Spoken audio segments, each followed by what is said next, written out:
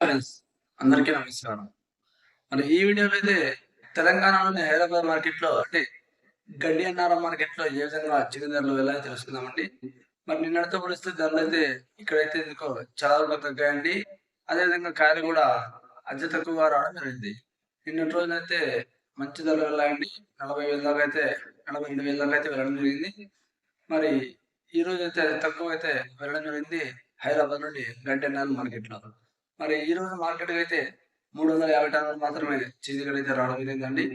మరి రేట్లు ఏ విధంగా వెళ్ళాయంటే 17,000 నుంచి మొదలై 20, 25 దాకా కొద్దిగా అన్‌క్వాలిటీ రకాలైతే వెళ్ళడం జరిగింది.